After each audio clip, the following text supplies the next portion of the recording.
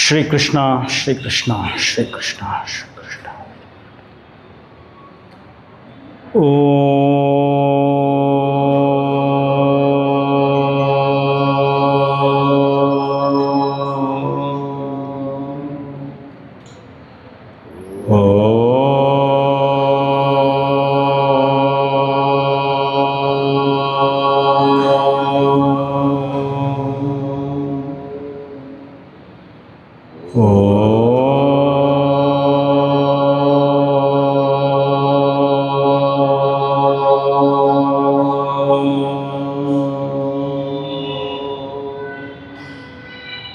ಯೈರಿಮೇ ಗುರುಬೇ ಪೂರ್ವಂ ಪದವಾಕ್ಯ ಪ್ರಮಾಣತಃ ವ್ಯಾಖ್ಯಾತ ಸರ್ವವೇದಾಂತಃ ತಾನಿತ್ಯಂ ಪ್ರಣತೋಸ್ಮ್ಯಹಂ ಚಿನ್ಮಯಂ ವ್ಯಾಪಿ ಯತ್ ಸರ್ವಂ ತ್ರೈಲೋಕ್ಯಂ ಸಚರಾಚರಂ ತತ್ಪದಂ ದರ್ಶಿತಂ ಯೇನ ತಸ್ಮೈ ಶ್ರೀ ಗುರವೇ ನಮಃ.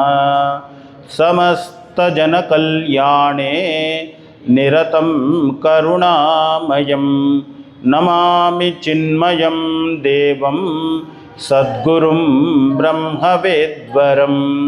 ಧ್ಯಾನಮೂಲಂ ಗುರೋರ್ಮೂರ್ತಿಃ ಪೂಜಾಮೂಲಂ ಗುರೋಃ ಪದಂ ಮಂತ್ರಮೂಲಂ ಗುರೋರ್ವಾಕ್ಯಂ ಮೋಕ್ಷಮೂಲಂ ಗುರೋಃ ಕೃಪಾ. ಮೋಕ್ಷಮೂಲಂ ಗುರೋಃ ಕೃಪಾ. ಭಗವದ್ಗೀತೆಯ 6ನೇ ಅಧ್ಯಾಯದ ಕೊನೆಯ ಭಾಗದ ಚಿಂತನೆಯನ್ನು ನಾವು ಮಾಡ್ತಾ ಇದ್ದೀವಿ. ಚಿನ್ಮಯ ಮಿಷನ್ನಲ್ಲಿ ನಾವು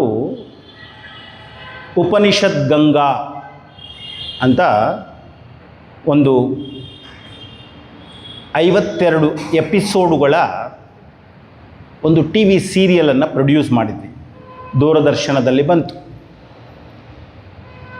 ಅದು ಎಷ್ಟು ಪ್ರಚಲಿತವಾಯಿತು, ಎಷ್ಟು ಜನ ಇಷ್ಟಪಟ್ಟರು ಅಂದರೆ, ಕಳೆದ ಒಂದು 2 ವರ್ಷದ ಹಿಂದೆ ಅದನ್ನು ತೆಲುಗುಗೆ, ತಮಿಳಿಗೆ, ಇಂಗ್ಲೀಷ್ಗೆ, ಮಲಯಾಳಂಗೆ, ಕನ್ನಡಕ್ಕೆ 5 ಭಾಷೆಗಳಿಗೆ ಟ್ರಾನ್ಸ್ಲೇಷನ್ ಮಾಡಾಯಿತು. ಒರಿಜಿನಲ್ ಹಿಂದಿ ಎಲ್ಲ ಭಾಷೆಗಳಲ್ಲೂ ಸಿಕ್ಕುತ್ತೆ, ಯೂಟ್ಯೂಬಲ್ಲಿ ಸಿಕ್ಕುತ್ತೆ. ಚಿನ್ಮಯ ಚಾನಲ್ಗೆ ಹೋದರೆ ಅಲ್ಲಿ ಎಲ್ಲ ಭಾಷೆದು ಸಿಕ್ಕುತ್ತೆ. ಆರಂಭದಲ್ಲಿ ದಾರಾಶಿಕೋ ಅವನ 2 ಎಪಿಸೋಡ್ ಬರ್ತದೆ. ದಾರಾಶಿಕೋ ಮುಸ್ಲಿಂ ಆದರೂ ಉಪನಿಷತ್ತುಗಳನ್ನು ಪಾರ್ಸಿ ಭಾಷೆಗೆ ಅನುವಾದ ಮಾಡಿದ್ದಾರೆ. ಅವ ಔರಂಗಜೇಬನ ತಮ್ಮನೋ ಅಥವಾ ಜಹಾಂಗೀರ್ನ ತಮ್ಮನೋ ಅವ. ಔರಂಗಜೇಬ್ ತಮ್ಮನೋ ಅಣ್ಣನೋ ಇರ್ತಾನೆ. ತುಂಬ ಸೊಗಸಾದಂತಹ 2 ಎಪಿಸೋಡ್ ಇದೆ. ಆ 2ನೇ ಎಪಿಸೋಡ್ನಲ್ಲಿ ಆರಂಭದಲ್ಲಿ ದಾರಾಶಿಕೋ ಒಬ್ಬ ಪಂಡಿತನನ್ನು ಕೇಳ್ತಾನೆ. ಇಷ್ಟೊಂದು ದಾಳಿ, ಇಷ್ಟೊಂದು ಪರಧರ್ಮಗಳ ಆಕ್ರಮಣದ ಈ ಸನ್ನಿವೇಶದಲ್ಲೂ ಈ ಧರ್ಮ ಹೇಗೆ ಉಳಿಯಿತು ಅಂತ ಪ್ರಶ್ನೆ ಕೇಳ್ತಾನವ. ಎಷ್ಟು ಆಕ್ರಮಣಗಳು! ಬ್ರಿಟಿಷರು ನಮ್ಮನ್ನು ಆಳಿದ್ದು ಬರೀ 200-250 ವರ್ಷ. ಅದಕ್ಕೂ ಮುನ್ನ 700 ವರ್ಷ ಮೊಘಲರು ಆಳ್ತಾರೆ. ಹೇಗೆ ಉಳಿಯಿತು ಅಂತ ಕೇಳ್ತಾನವ. ಅದಕ್ಕೆ ಆ ಪಂಡಿತ ಬಹಳ ಸೊಗಸಾಗಿ ಹೇಳ್ತಾನೆ. ಹಿಂದೂ ಧರ್ಮ ಅನ್ನುವಂಥದ್ದು ಹೇಗಿದೆ ಅಂದರೆ, ತುಂಬ ಕರ್ಮದಲ್ಲಿ ತೊಡಗಿದಾಗ ಯಾರೋ ಒಬ್ಬ ಜ್ಞಾನಿ ಬರ್ತಾನೆ, ಇದನ್ನು ಬಿಟ್ಟು ಜ್ಞಾನಕ್ಕೆ ಬನ್ನಿ ಅಂತಾನೆ. ನಂತರ ಇನ್ನೊಬ್ಬ ಯಾರೋ ಬರ್ತಾನೆ, ಭಕ್ತಿ ಅನ್ನುವಂಥದ್ರಲ್ಲಿ ತೊಡಗಿಸ್ತಾನೆ. ನಂತರ ಇನ್ನೊಬ್ಬ ಬಂದು ಕರ್ಮದಲ್ಲಿ ತೊಡಗಿಸ್ತಾನೆ. ನಂತರ ಇನ್ನೊಬ್ಬ ಬಂದು ಜ್ಞಾನದಲ್ಲಿ ತೊಡಗಿಸ್ತಾನೆ. ಹೀಗಾಗಿ ಲೋಕೋ ಭಿನ್ನ ರುಚಿ, ನಮ್ಮಲ್ಲಿ ಎಲ್ಲವನ್ನ ಅನುಸರಿಸುವಂಥವರಿದ್ದಾರೆ. ಕರ್ಮವನ್ನು ಅನುಸರಿಸುವಂಥವರಿದ್ದಾರೆ, ಜ್ಞಾನವನ್ನು ಅನುಸರಿಸುವಂಥವರಿದ್ದಾರೆ, ಭಕ್ತಿಯನ್ನು ಅನುಸರಿಸುವಂಥವರಿದ್ದಾರೆ. ಚೈತನ್ಯ ಮಹಾಪ್ರಭುವನ್ನು ಅನುಯಾಯಿಗಳು, ಇಸ್ಕಾನ್ ಪೂರ್ತಿ ಅದೇ.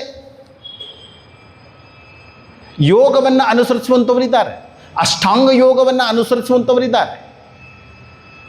ಹೀಗಾಗಿ ಒಂದಲ್ಲ ಒಬ್ಬ ಗುರು ಬರ್ತಾನೆ, ಜನರನ್ನು ತಿರುಗಿಸ್ತಾನೆ. ಮನುಷ್ಯನಿಗೆ ಯಾವುದಾದ್ರೂ ಒಂದರಲ್ಲಿ ಆಸಕ್ತಿ ಬಂದೇ ಬರ್ತದೆ. ಆ ಆಸಕ್ತಿ ಒಂದರ ಮುಖಾಂತರ ಇನ್ನೊಂದರತ್ತ ಅದು ಕರೆದುಕೊಂಡು ಹೋಗುತ್ತೆ. ನೀವು ಪೂಜೆನೇ ಮಾಡ್ತಾ ಇರಿ, ಒಂದಷ್ಟು ಸಮಯ ಆದಮೇಲೆ ಮನಸ್ಸು ಹೇಳ್ತದೆ ಇಷ್ಟೇನಾ ಬದುಕು. ಆವಾಗ ಮುಂದೆ ಜ್ಞಾನ ಕಾಣಿಸ್ತದೆ. ಆ ಜ್ಞಾನದ ಒಳಗಡೆ ಹೋದಾಗ ಅದಕ್ಕೆ ಲಿಮಿಟೇ, ಸೀಮೆಯೇ ಇಲ್ಲ, ಮುಂದೆ ಹೋಗ್ತಾನೇ ಇರ್ತದೆ. ಹೀಗಾಗಿ ಯೋಗ ಭ್ರಷ್ಟನಾಗುವುದು, ಆತ್ಮಜ್ಞಾನದಿಂದ ನಾನು ಭ್ರಷ್ಟನಾಗುವುದು. ಜ್ಞಾನ ಮಾರ್ಗದಲ್ಲಿ, ಉಪನಿಷತ್ತಿನ ಮಾರ್ಗದಿಂದ ನಾನು ಚ್ಯುತನಾದರೆ, ಕೆಳಗೆ ಬಿದ್ದರೆ, ಪತಿತನಾದರೆ ನಾನು ಮಾಡಿದ ಸಾಧನೆ ಏನಾಗುತ್ತೆ? ಇದು ಅರ್ಜುನನ ಪ್ರಶ್ನೆ. ಕೃಷ್ಣ ಉತ್ತರವನ್ನು ಕೊಡ್ತಾನೆ. ಶ್ರೀ ಭಗವಾನುವಾಚ ಪಾರ್ಥನೈವೇಹ ನಾಮುತ್ರ ವಿನಾಶಸ್ತಸ್ಯ ವಿದ್ಯತೆ ನಹಿ ಕಲ್ಯಾಣಕೃತ್ ಕಶ್ಚಿತ್ ದುರ್ಗತಿಂ ತಾತ ಗಚ್ಚತಿ. ಪೂಜ್ಯ ಡಿ ವಿ ಜಿ ಅವರು ಯುವಕರಿಗಾಗಿ ಅಂತ ಒಂದು ಪುಸ್ತಕ ಬರೆದರು, ಬಾಳಿಗೊಂದು ನಂಬಿಕೆ ಅಂತ. ಬಾಳಿಗೊಂದು ನಂಬಿಕೆ ಬಹಳ ಸಣ್ಣ ಪುಸ್ತಕ, ಇವಾಗ ಇಂಗ್ಲೀಷ್ಗೂ ಕೂಡ ಅನುವಾದ ಆಗಿದೆ.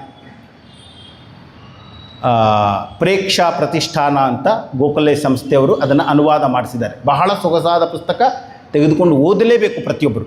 ಕನ್ನಡದಲ್ಲಿ ಓದಿ, ಆಗಲಿಲ್ಲ ಅಂದರೆ ಇಂಗ್ಲೀಷಲ್ಲಿ ಓದಿ. ಬಾಳಿಗೆ ಒಂದು ನಂಬಿಕೆ ಬೇಕು.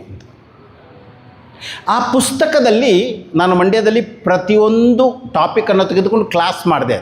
ಅಷ್ಟು ಸೊಗಸಾಗಿರುವಂತಹ ಟೆಕ್ಸ್ಟ್. ಆ್ಯಕ್ಚುಲಿ ಸ್ಟಡಿ ಗ್ರೂಪಲ್ಲಿ ಅದನ್ನು ಓದಿ ಡಿಸ್ಕಸ್ ಮಾಡ್ಬೋದು, ಅಷ್ಟು ಸೊಗಸಾಗಿರುವಂತಹ ಕೃತಿ ಅದು. ಅಲ್ಲಿ ಒಂದು ಜಾಗದಲ್ಲಿ ಬರ್ತದೆ, ದೇವರು ಏನು ಮಾಡ್ತಾನೆ ಪ್ರಶ್ನೆ. ದೇವರು ಯಾರು, ಅವನ ಇದಾನ, ದೇವ್ರ ಕೆಲಸ ಏನು? ಡಿ ವಿ ಜಿಯವರು ಹೇಳ್ತಾರೆ, ದೇವರಿಗೆ 3 ಕೆಲಸ ಇದೆ ಅಂತಾರೆ. ಡಿ ವಿ ಜಿ ಹೇಳೋದೇನು, ದೇವರಿಗೆ ತನಗೋಸ್ಕರ ಅವನು 3 ಕೆಲಸ ಇಟ್ಕೊಂಡಿದ್ದಾನಂತೆ. ಅವನು ಎಲ್ಲಿದ್ದಾನೆ ಪ್ರಶ್ನೆ ಅಲ್ಲ, ಅವನು ತನಗೋಸ್ಕರ ಇಟ್ಕೊಂಡಿರೋದು 3 ಕೆಲಸ. ಒಂದು, ಜಗತ್ತಿನ ವ್ಯವಸ್ಥೆಯನ್ನು ಕಾಪಾಡುವುದು ಅವನ ಕೆಲಸ ಅಂತೆ. ದೇವರು ಅಂದರೆ ನೀವು ಪ್ರಕೃತಿ ಅಂತ ತೆಗೆದುಕೊಳ್ಳಿ, ನೀವು ಏನು ಅರ್ಥವನ್ನು ಮಾಡ್ಕೊಳ್ಳಿ, ನಿಮ್ಮ ದೇವರು ಏನು ಮಾಡ್ತಾನೆ? ಒಂದು, ಜಗದ್ವ್ಯವಸ್ಥೆ. ಎರಡನೇದು, ಕರ್ಮಗತಿ, ಅದಕ್ಕೆ ಚ್ಯುತಿ ಬಾರದ ಹಾಗೆ ನೋಡ್ಕೊಳ್ತಾನೆ, ಕರ್ಮದ ಗತಿ. ಮೂರನೇದು, ಭಕ್ತ ಪರಿಪಾಲನೆ. ಇವಾಗ 3 ಸ್ವಲ್ಪ ವಿಚಾರ ಮಾಡುವ. ಜಗದ್ವ್ಯವಸ್ಥೆ ಅಂದರೆ ಏನು ಜಗದ್ವ್ಯವಸ್ಥೆ?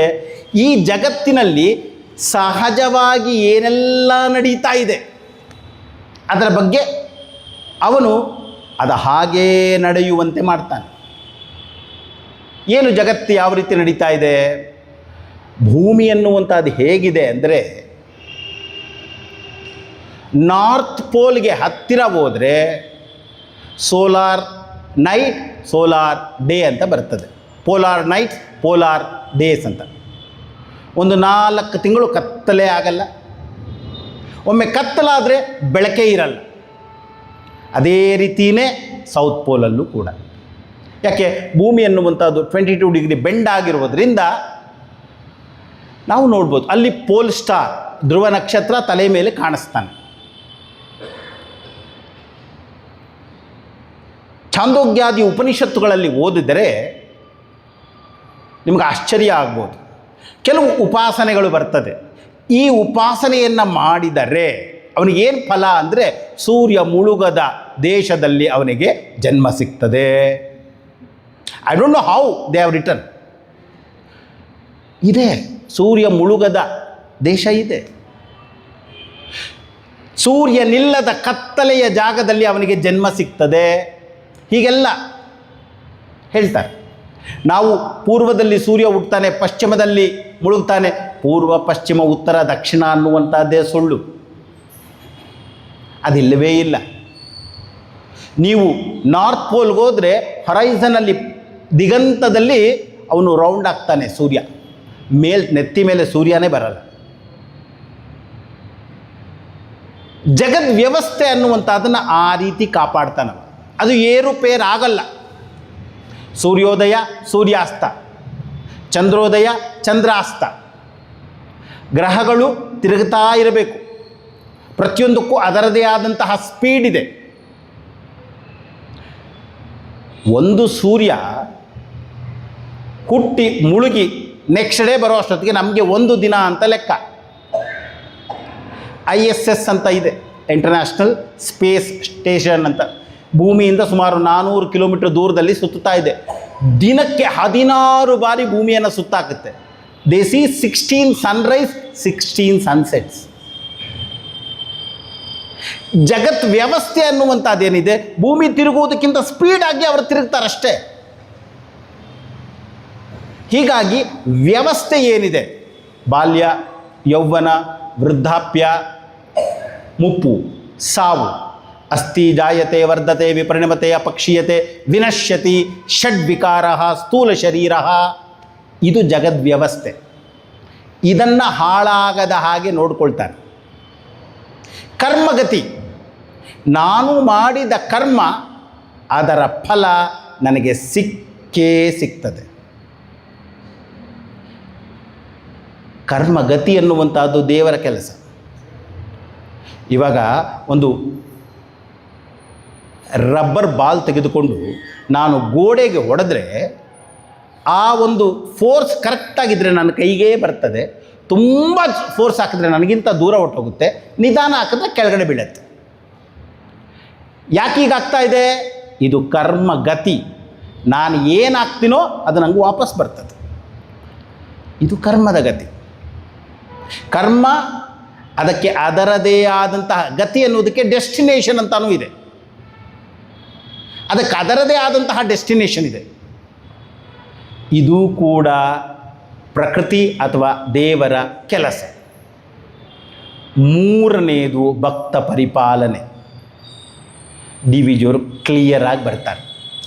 ದೇವರು ಭಕ್ತರನ್ನು ಯಾವಾಗ ಕಾಪಾಡ್ತಾನೆಂದರೆ ಮೊದಲ 2 ನಿಯಮಕ್ಕೆ ವಿರುದ್ಧವಾಗಿಲ್ಲದಿದ್ದರೆ ಅವ ಕಾಪಾಡ್ತಾನೆ. ಜಗದ್ವ್ಯವಸ್ಥೆಗೆ ವಿರುದ್ಧವಾಗಿ ಹೋಗಬಾರ್ದು, ಕರ್ಮಗತಿಗೆ ವಿರುದ್ಧವಾಗಿ ಹೋಗಬಾರ್ದು. ಹಾಗಿದ್ದರೆ ಮಾತ್ರ ಅವನು ಕಾಪಾಡ್ತಾನೆ, ಅವನು ರಕ್ಷಿಸ್ತಾನೆ. ವಿಚಾರ ಮಾಡಿ. ಇವಾಗ ನಹಿ ಕಲ್ಯಾಣ ಕೃತ್ ಕಶ್ಚಿತ್ ದುರ್ಗತಿಂ ತಾತ ಗಚ್ಚತಿ. ನೀನು ಮಾಡಿದ ಕಲ್ಯಾಣ ಅಂದರೆ ಒಳ್ಳೆಯ, ಈ ಒಳ್ಳೆಯ ಕೆಲಸಗಳು ಅನ್ನುವಂಥದ್ದು ಎಂದಿಗೂ ವ್ಯರ್ಥವಾಗುವುದಿಲ್ಲ. ಯಾಕೆ? ಅದು ಜಗದ್ವ್ಯವಸ್ಥೆ ಕರ್ಮಗತಿಯಲ್ಲಿ ಬರ್ತದೆ. ಕರ್ಮಗತಿಯಲ್ಲಿ ಬರ್ತದೆ. ಹೇಗೆ ನಾನು ಅರ್ಥ ಮಾಡಿಕೊಳ್ಬೇಕು? ನಿಮ್ಮ ಬದುಕೆ ಕೆಲವು ವಿಷಯಗಳನ್ನು ಒಮ್ಮೆ ನೀವು ಕೇಳಿದರೆ ಎಲ್ಲ ನೆನಪಿರ್ತದೆ. ಕೆಲವೊಮ್ಮೆ 10,000 ಸತಿ ಕೇಳಿದ್ರು ಕೂಡ ನಿಮಗೆ ನೆನಪೇ ಉಳಿಯಲ್ಲ. ಕಾರಣ ಏನು? ನಿಮಗೆ ಅದರಲ್ಲಿ ಆಸಕ್ತಿ ಇದೆ, ಆದ್ದರಿಂದ ನಿಮಗೆ ಇಷ್ಟ ನೆನಪಿರ್ತದೆ. ಆಸಕ್ತಿ ಇಲ್ಲದು ಎಷ್ಟು ಬಾರಿ ಹೇಳಿದ್ರು ಕೂಡ ನೆನಪಿರಲ್ಲ. ಹೀಗಾಗಿ ನಿನ್ನೆ ನಾನು ಹೇಳ್ತಾ ಇದ್ದೆ, ಕೃಷ್ಣ ಅಂದರೆ ಕಾನ್ಷಿಯಸ್ನೆಸ್, ಚೈತನ್ಯ ತತ್ವ ಅಂತ ನೀವು ತಿಳಿದ್ರೆ, ಆ ಕೃಷ್ಣ ಅನ್ನುವಂಥವನು ಯಾರು? ನನ್ನ ಆತ್ಮಸ್ವರೂಪ ಅಂತ ತಿಳಿದರೆ ಈ ಶ್ಲೋಕದ ಅರ್ಥವನ್ನು ನಾವಾಗಿಯೇ ಮಾಡಿಕೊಳ್ಬೇಕು. ಆರಂಭದಲ್ಲೇ ಹೇಳಿದೆ, ಯಾರೂ ಇನ್ನೊಬ್ಬರು ಹೇಳಿದ ಹಾಗೆ ಕೇಳಲ್ಲ. Every one listens to his or own mind. ಅವನ ಅಥವಾ ಅವಳ ಮನಸ್ಸು ಹೇಳಿದಾಗೆ ಕೇಳುವುದು. ಹೀಗಾದ್ದರಿಂದ ವೇದಾಂತ ಹೇಳ್ತದೆ, purify your mind, so it will suggest you good thoughts. ಆ ಮನಸ್ಸು ಒಳ್ಳೆಯ ಆಲೋಚನೆಗಳನ್ನು ನನಗೆ ಹೇಳಬೇಕಾದ್ರೆ ನನ್ನ ಮನಸ್ಸನ್ನು ಶುದ್ಧ ಮಾಡಿಕೊಳ್ಳುವುದು ಆದ್ಯ ಕರ್ತವ್ಯ. ಹೀಗಾಗಿ ಹೇ ಅರ್ಜುನ, ಹೇ ಪಾರ್ಥ, ಇಲ್ಲಿ ಅಥವಾ ಇನ್ನೊಂದೆಡೆ, ಈ ಲೋಕ ಅನ್ಕೋ ಪರಲೋಕ ಅನ್ಕೋ. ಯಾಕೆಂದರೆ ನಮ್ಮಲ್ಲಿ ಈ ಸಾವು ಅನ್ನುವಂಥದ್ದು ಎಷ್ಟು ವಿಚಾರ ಮಾಡಿದ್ದಾರೆ ಅಂದರೆ, ಡಿ ವಿ ಜಿಯವರು ಕಗ್ಗದಲ್ಲಿ ಹೇಳ್ತಾರೆ. ಏನು ಹೇಳ್ತಾರೆ? ಮರಣದಿಂ ಮುಂದೇನು, ಭೂತವೋ ಪ್ರೇತವೋ ಪಿಶಾಚವೋ ಪುನರ್ಜನ್ಮವೋ ಅದೇನೋ, ತಿರುಗಿ ಬಂದವರಿಲ್ಲ ವರದಿ ತಂದವರಿಲ್ಲ, ಧರೆಯ ಬಾಳ್ ಅದರಿದೇನ್ ಮಂಕುತಿಮ್ಮ. ಮರಣದಿಂ ಮುಂದೇನು, ಸತ್ತ ಮೇಲೆ ಏನಾಗುತ್ತೆ ಗೊತ್ತಿಲ್ಲ ನನಗೆ. ಭೂತವೋ ಪಿಶಾಚವೋ ಪುನರ್ಜನ್ಮವೋ ಅದೇನೋ. ಯಾಕೆ ಸ್ವಾಮಿ ಹೀಗೆ ಹೇಳ್ತೀರಾ? ತಿರುಗಿ ಬಂದವರಿಲ್ಲ ವರದಿ ತಂದವರಿಲ್ಲ. ಸತ್ತವರು ಯಾರೂ ವಾಪಸ್ ಬಂದು ಹೀಗಿತ್ತು ಹಾಗಿತ್ತು ಅಂತ ಯಾರೂ ಹೇಳಲಿಲ್ಲ. ನೀವು ಒಂದು ಪುಸ್ತಕ ಬರೀರಿ, ವಾಟ್ ಈಸ್ ಆಫ್ಟರ್ ಡೆತ್, ಅದು ಹಾಟ್ ಕೇಕ್ ಆಗಿ ಸೇಲ್ ಆಗುತ್ತೆ. ನಿಮಗೂ ಗೊತ್ತಿಲ್ಲ, ಕಲ್ಪನೆಯಲ್ಲೇ ಬರೆಯುವುದು. ಡಿ ವಿ ಜಿಯವರು ಜೀವಗೀತೆ ಅಂತ ಒಂದು ಇಂಗ್ಲೀಷ್ ಪೊಯಮನ್ನು ಕನ್ನಡಕ್ಕೆ ಅನುವಾದ ಬರೆದಿದ್ದಾರೆ. ಜೆ ಜಿ ವಿಟ್ಟಿಯರ್ ಅನ್ನುವಂಥವ ಅಮೇರಿಕಾದ ಒಬ್ಬ ಕವಿ ಅದನ್ನು ಕನ್ನಡಕ್ಕೆ ಜೀವಗೀತೆ ಅಂತ. ಅಲ್ಲಿ ಮೃತ್ಯುವಿನ ಬಗ್ಗೆ ತುಂಬ ಡಿಸ್ಕಷನ್ ಮಾಡ್ತಾರೆ. ಪಿಂತಾದುದು ಮುಂದೆ ಬರ್ಪುದುಂ ಚಿಂತಿಪುದು ಮರುಳತನವೆಂಬುದನ್ನು ಮರೆಯಬೇಡೆಯೇ. ಹಿಂದೆ ಆಗಿದ್ದು ಮುಂದೆ ಬರುವುದರ ಬಗ್ಗೆ ಚಿಂತನೆ ಮಾಡುವುದು ಮರುಳತನ, ಇದನ್ನು ಮರಿಬೇಡ. ಇಹದೊಳುಂ ಪರದೊಳುಂ ಪರಮೇಶ್ವನೋರ್ವನೇ ತನ್ನ ಸಂತಾನದೊಡನಿರ್ಪನಯ್ಯ. ದೇವರು ನಮ್ಮನ್ನೆಲ್ಲ ಸೃಷ್ಟಿ ಮಾಡಿದ್ದಾನೆ ಅಂತ ನೀನು ಒಪ್ಪಿದ್ರೆ, ದೇವರು ಆ ಲೋಕ, ಅವನಿಗೆ 2 ಫ್ಯಾಮಿಲಿ ಇದೆ. ಆ ಲೋಕದಲ್ಲೊಂದು ಫ್ಯಾಮಿಲಿ ಇದೆ, ಈ ಲೋಕದಲ್ಲೊಂದು ಫ್ಯಾಮಿಲಿ ಇದೆ. ಯಾಕೆ? 2 ಅವಂದೇ. ಇಲ್ಲಿಂದ ನೀನು ಸತ್ರ ಎಲ್ಲಿಗೆ ಹೋಗ್ತೀಯಾ? ಇನ್ನೊಂದು ಲೋಕಕ್ಕೆ ಹೋಗ್ತೀಯಾ ಅಷ್ಟೇ. ಯಾಕೆ? 2 ಫ್ಯಾಮಿಲಿ ಇದೆ ಅವನಿಗೆ. ಇಹದೊಳುಂ ಪರದೊಳುಂ ಪರಮೇಶ್ವನೋರ್ವನೇ ತನ್ನ ಸಂತಾನದೊಡ ನಿರ್ಪನಯ್ಯ. 2 ಫ್ಯಾಮಿಲಿ, ಈ ಫ್ಯಾಮಿಲಿಯಿಂದ ಅಲ್ಲಿಗೆ ಹೋಗ್ತೀಯ ಅಷ್ಟೆ. ಸತ್ತ ಮೇಲೆ ಏನು? ಯಾರೋ ಒಬ್ಬ ಝೆನ್ ಮಾಸ್ಟರ್ನ ಕೇಳ್ತಾನೆ, is their life after death ಅಂತ. ಅದಕ್ಕೆ ಝೆನ್ ಮಾಸ್ಟರ್ ಕೇಳ್ತಾನೆ, is their life before death ಅಂತ. ಯೋಚನೆ ಮಾಡು, ನೀನು ವಿಚಾರ ಮಾಡು. ಆಗ ನೀನು ಏನೇ ಮಾಡು, ಒಳಿತು ಅನ್ನುವಂಥದ್ದು ಎಂದಿಗೂ ನಷ್ಟವಾಗುವುದಿಲ್ಲ. ನಹಿ ಕಲ್ಯಾಣ ಕೃತ್ ಕಶ್ಚಿತ್ ದುರ್ಗತಿಂ ತಾತ ಗಚ್ಚತಿ. ಸೊ ಈಗ ಕೃಷ್ಣ ಮುಂದಿನ ಒಂದು 4-5 ಶ್ಲೋಕಗಳು ಅನ್ನುವಂಥದ್ರಲ್ಲಿ ಅವ ಏನು ಹೇಳ್ತಾನೆ ನಮಗೆ ನಾನು ಈ ಒಂದು ಮತವನ್ನು ನಂಬುತ್ತೇನೆ. ಏನು ಮತವನ್ನು? ಸತ್ತ ವ್ಯಕ್ತಿ ಯೋಗಭ್ರಷ್ಟನಾದಂಥವನು. ಅಂದರೆ ಏನು? ಗೀತಾಜ್ಞಾನ ಯಜ್ಞವನ್ನು 6 ದಿನ 7 ದಿನ ಅಟೆಂಡ್ ಮಾಡಿ ಲಾಸ್ಟ್ ಅಟೆಂಡ್ ಮಾಡಲಿಲ್ಲ ಅಂದರೆ ಏನಾಗತ್ತೆ? ಸ್ವಾಮೀಜಿ ಯೂಟ್ಯೂಬಲ್ಲಿ ಇರ್ತದೆ, ನೋಡ್ಕೊಳ್ತೀವಿ ಅಷ್ಟೇ. ಅಲ್ಲ, ನೀನೇ ಶಿವನ ಪಾದ ಸೇರಿದ್ರೆ ಉಪನಿಷತ್ತುಗಳಲ್ಲಿ ಬರ್ತದೆ. ಉಪನಿಷತ್ತುಗಳಲ್ಲಿ ಏನು ಬರ್ತದೆ ಅಂದರೆ, ಇಲ್ಲೇ ವೇದಾಂತವನ್ನು ತಿಳಿದು ನಿನ್ನ ನಿಜ ಸ್ವರೂಪವನ್ನು ಅರ್ಥ ಮಾಡ್ಕೋ. ಒಂದು ವೇಳೆ ನೀನು ಸತ್ತು ಸ್ವರ್ಗಕ್ಕೆ ಹೋದರೂ ಕೂಡ ಅಲ್ಲೂ ಕೂಡ ಬ್ರಹ್ಮ ಗೀತಾಜ್ಞಾನ ಯಜ್ಞ ಮಾಡ್ತಾ ಇರ್ತಾನೆ. ಅಲ್ಲೂ ನೀನು ಅಟೆಂಡ್ ಮಾಡಲೇಬೇಕು.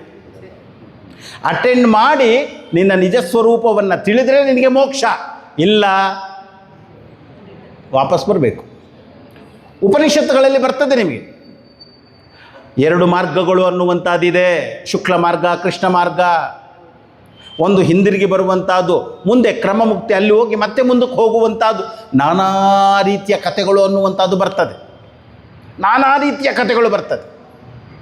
ಆದರೆ ನಾನು ಇಲ್ಲಿ ನನ್ನ ಬದುಕಿನಲ್ಲಿ ಪ್ರಾಕ್ಟೀಸ್. ಯಾವುದನ್ನು ಕಲ್ತಿರ್ತೀನೋ ನನಗೆ ಅದು ಸ್ಪಷ್ಟವಾಗಿ ಗೊತ್ತಾಗುತ್ತೆ. 2 ಎಕ್ಸಾಂಪಲ್ ಕೊಟ್ಟಿದ್ದೆ. ಸ್ವಿಮ್ಮಿಂಗ್ ಇರ್ಬೋದು, ಸೈಕ್ಲಿಂಗ್ ಇರ್ಬೋದು. ಅಥವಾ ಬಾಲ್ಯದಲ್ಲಿ ಯಾವುದೋ ಒಂದು ವಿಷಯವನ್ನು ನಾನು ಕಲ್ತಿದ್ದೆ, ಮಧ್ಯದಲ್ಲಿ ಕಲೀಲಿಕ್ಕೆ ಆಗಲಿಲ್ಲ, ಮುಂದೆ ಹೋಗಿ ಅದು ಕಂಟಿನ್ಯೂ ಮಾಡ್ಬೋದು. ಯಾಕೆ? ಬೇಸಿಕ್ಸ್ ಅನ್ನುವಂಥದ್ದು ನನಗೆ ಗೊತ್ತಿದೆ. ಹೀಗಾಗಿ ಕೃಷ್ಣ ಒಂದು ವೇಳೆ ಸತ್ತು ಹೋದರೆ ಏನಾಗುತ್ತೆ ನೀವು ನಂಬಬಹುದು, ಬಿಡಬಹುದು.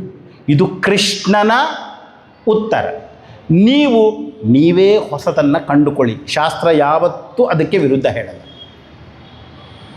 ಭಗವದ್ಗೀತೆ 13ನೇ ಅಧ್ಯಾಯದಲ್ಲಿ ಒಂದು ಶ್ಲೋಕ ಬರ್ತದೆ. ಋಷಿಬೇರ್ಬಹುಧಾ ಗೀತಂ ಛಂದೋಬೇರ್ವಿವಿಧೈ ಪೃಥಕ್ ಬ್ರಹ್ಮಸೂತ್ರ ಪದಶ್ಚೈವ ಹೇತುಮದ್ಭಿರ್ವಿಶಿಷ್ಯತೆ ಹೇತುಬದ್ಧಿರ್ ವಿನಿಶ್ಚಿತೈ. ಈ ಒಂದು ಶ್ಲೋಕ ಬರ್ತದೆ. ಒಮ್ಮೆ ನಾನು I think last time Swamiji ಹತ್ತಕ್ಕೆ ಹೋದಾಗ ತೇಜೋಮಂಜಿ, Aditya tell me what is the meaning of this. ಅವರು he'll make you to think. ನಾನು ಹೇಳಿದೆ, Swamiji it is very clear. Self knowledge ಅನ್ನುವಂಥದ್ದು ನಮಗೆ ಋಷಿಗಳು ಹೇಳಿದ್ದಾರೆ, ತರ್ಕಶಾಸ್ತ್ರದಿಂದ ನನಗೆ ಗೊತ್ತಾಗುತ್ತೆ, ಉಪನಿಷತ್ತುಗಳಲ್ಲೂ ಗೊತ್ತಾಗಿದ್ದಿದೆ, ತಿಳಿದಿರುವಂಥವರು ಇದನ್ನು ಹೇಳಿದ್ದಾರೆ. ಅದಕ್ಕೆ ಸ್ವಾಮೀಜಿ ಹೇಳೋದು ಅದು ಪುಸ್ತಕದಲ್ಲಿರೋ ಮೀನಿಂಗ್, ಗುರುದೇವ್ ಬರೆದಿರೋ ಮೀನಿಂಗ್. ನಿನಗೇನು ಅನ್ನಿಸ್ತದೆ ಹೇಳು. ಸೊ ನಾವು ಏನೇನೋ ಎಲ್ಲ ಹೇಳ್ತಾ ಇದ್ವಿ. ಕೊನೆಗೆ ಅವರು ಹೇಳೋದು, ನೋಡು, ಋಷಿಬಿಹಿ ಅಂದರೆ ಋಷಿಗಳು ತಮ್ಮ ಅನುಭವದಿಂದ ಈ ಆತ್ಮತತ್ವದ ಬಗ್ಗೆ ಹೇಳಿದ್ದಾರೆ. ಬಹುಧಾ ಅನುಭವ ಪ್ರಮಾಣದ ಮುಖಾಂತರ ಅವರು ಹೇಳಿದ್ದಾರೆ. ನೀನು ಈ ತತ್ವವನ್ನು ತಿಳಿದರೆ ನೀನು ಮುಕ್ತಿಯನ್ನು ಇಲ್ಲೇ, ಜೀವನ್ ಮುಕ್ತಿಯನ್ನು ಇಲ್ಲೇ ಅನುಭವಿಸ್ತೀಯ. ಈ ತತ್ವವನ್ನು ಅರಿಬೇಕು. ಸದೇವ ಸೌಮ್ಯ ಇದಮಗ್ರ ಆಸೀತ್ ಏಕಮೇವಾದ್ವಿತೀಯಂ. ಛಾಂದೋಗ್ಯ ಉಪನಿಷತ್ತಲ್ಲಿ ತಂದೆ ಉದ್ದಾಲಕ ಮಗನಾದಂತಹ ಶ್ವೇತಕೇತುವಿಗೆ ಹೇಳುತ್ತಾನೆ, ಸತ್ ಅನ್ನುವಂಥದ್ದು, ಆತ್ಮ ಅನ್ನುವಂಥದ್ದು ಹಿಂದೇನೂ ಹೀಗೆ ಇತ್ತು, ಮುಂದೇನೂ ಹೀಗೆ ಇರ್ತದೆ. ಅದು 1, 2 ಆಗಲೇ ಇಲ್ಲ. ಏಕಮೇವ ಅದ್ವಿತೀಯಂ ಅಂತಾರೆ. ಋಷಿಗಳು ಇದನ್ನು ಜ್ಞಾನಿಗಳು ಅನುಭವದ ಮುಖಾಂತರ ತಿಳಿದು, ಹೇತುವಿನ ಮುಖಾಂತರ ತರ್ಕವನ್ನು ಕೊಟ್ಟು ಒಂದಷ್ಟು ಜನ ಸರಿ ಇದೇ ಸತ್ಯ ಅಂತ through logic they have proved. ಯಾಕೆಂದರೆ ತರ್ಕ ಅನ್ನುವಂಥದ್ದು ಬಹಳ ಮಹತ್ವದ ಪಾತ್ರವನ್ನು ವಹಿಸ್ತದೆ. ವಿಚಾರ ಮಾಡಬೇಕಾದ್ರೆ ತರ್ಕ ಅನ್ನುವಂಥದ್ದು ಬೇಕು. ವೇದಾಂತವನ್ನು ಕಲಿಬೇಕಾದ್ರೆ ವೇದಾಂಗಗಳನ್ನು ಕಲಿಬೇಕು. ಅಲ್ಲಿ ನ್ಯಾಯ ಅಂದಾಗ ತರ್ಕ ಹಲವಾರು ರೀತಿ ಬರ್ತದೆ ತರ್ಕಗಳಲ್ಲಿ. ಅನ್ವಯ ವ್ಯತಿರೇಕ ಅನ್ನುವಂಥದ್ದು ಒಂದು ತರ್ಕ. ಕಾರಣವನ್ನು ತಿಳಿಯಬೇಕಾದರೆ ಅನ್ವಯ ವ್ಯತಿರೇಕದಲ್ಲಿ ಫಿಟ್ ಆಗಬೇಕು. ವಿಚಾರ ಮಾಡು. ಆ್ಯಕ್ಚುಲಿ ಎಷ್ಟು ಸೊಗಸಾಗಿದೆ. ಸುಖಕ್ಕೆ ಕಾರಣ ಏನು, ನೆಮ್ಮದಿಗೆ ಕಾರಣ ಏನು ಹುಡುಕಬೇಕಾದ್ರೆ ಅದನ್ನು ಅನ್ವಯ ವ್ಯತಿರೇಕದಲ್ಲಿ ಫಿಟ್ ಮಾಡಬೇಕು. ಏನು ಅನ್ವಯ ವ್ಯತಿರೇಕ ಅಂದರೆ, ಯತ್ ಸತ್ವೇ ಯತ್ ಸತ್ವಂ ತದನ್ವಯ, ಯದ್ ಅಭಾವೇ ಯದ್ ಅಭಾವ ತದ್ವ್ಯತಿರೇಕ. ಸಿಂಪಲ್. ಇದು ಇದ್ದರೆ ಇದು ಇದೆ ಅನ್ವಯ, ಇದು ಇಲ್ಲ ಅಂದರೆ ಇದು ಇಲ್ಲ, ಇದಕ್ಕೆ ವ್ಯತಿರೇಕ. ಮಣ್ಣು ಇದ್ದರೆ ಮಡಕೆ ಇದೆ ಅನ್ವಯ, ಮಣ್ಣು ಇಲ್ಲ ಅಂದರೆ ಮಡಕೆ ಇಲ್ಲ ವ್ಯತಿರೇಕ. ಹೀಗಾಗಿ ಮಡಕೆಗೆ ಕಾರಣ ಮಣ್ಣು, ಇದು 100% ಕರೆಕ್ಟ್. ಬಂಗಾರ ಇದೆ ಅಂದರೆ ಆಭರಣ ಇದೆ ಅನ್ವಯ, ಬಂಗಾರ ಇಲ್ಲ ಅಂದರೆ ಆಭರಣ ಇಲ್ಲ, ಇದು ವ್ಯತಿರೇಕ. ಹೀಗಾಗಿ ಆಭರಣಕ್ಕೆ ಕಾರಣ ಬಂಗಾರ. ಸುಖಕ್ಕೆ ಕಾರಣ ಏನು ಹುಡುಕಿ. ಅಂದರೆ ಏನು? ಮೊಬೈಲ್ ಇದೆ ಅಂದರೆ ಸುಖ ಇದೆ, ಮೊಬೈಲ್ ಇಲ್ಲ ಅಂದರೆ ಸುಖ ಇಲ್ಲ. ಹೀಗಾಗಿ ಮೊಬೈಲೇ ಸುಖಕ್ಕೆ ಕಾರಣ ಒಪ್ಪಿಕೊಳ್ಳಬಹುದೇ? ಹ್ಞೂ ಸ್ವಾಮೀಜಿ. ಅಂದರೆ 30-40 ವರ್ಷದ ಹಿಂದೆ ಮೊಬೈಲ್ ಇರಲೇ ಇರಲಿಲ್ಲ, ಆವಾಗ ಯಾರು ಸುಖವಾಗೇ ಇರಲಿಲ್ವಾ? ಸೊ ಈ ನಿಯಮ, ಈ ಮೊಬೈಲ್ ಅನ್ನುವಂಥದ್ದು ಒಪ್ಪಲಿಕ್ಕಾಗಲ್ಲ.